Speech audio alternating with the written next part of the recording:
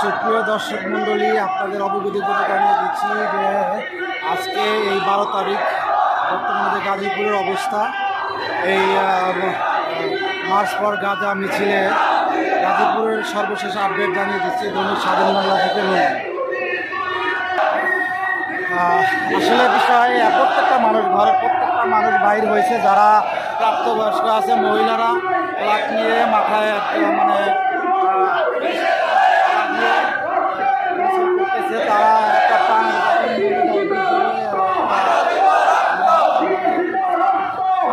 Israeli পণ্য তারা boycott করতেছে।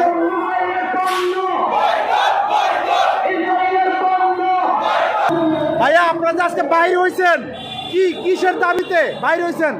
আমরা চাই যে ফিলিস্তিন মুক্ত হোক, ফিলিস্তিন স্বাধীন হোক, ফিলিস্তিন ফ্রি হোক।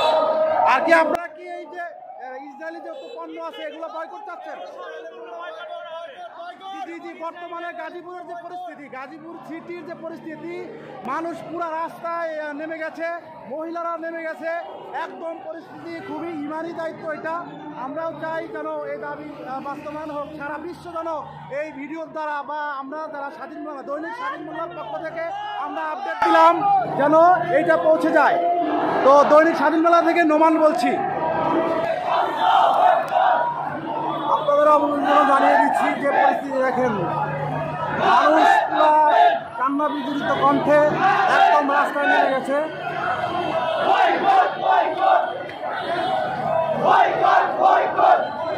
তারা ইসরায়েলি পণ্য বয়কট করার জন্য স্লোগান দিচ্ছে, এটা প্রাণের দাবি।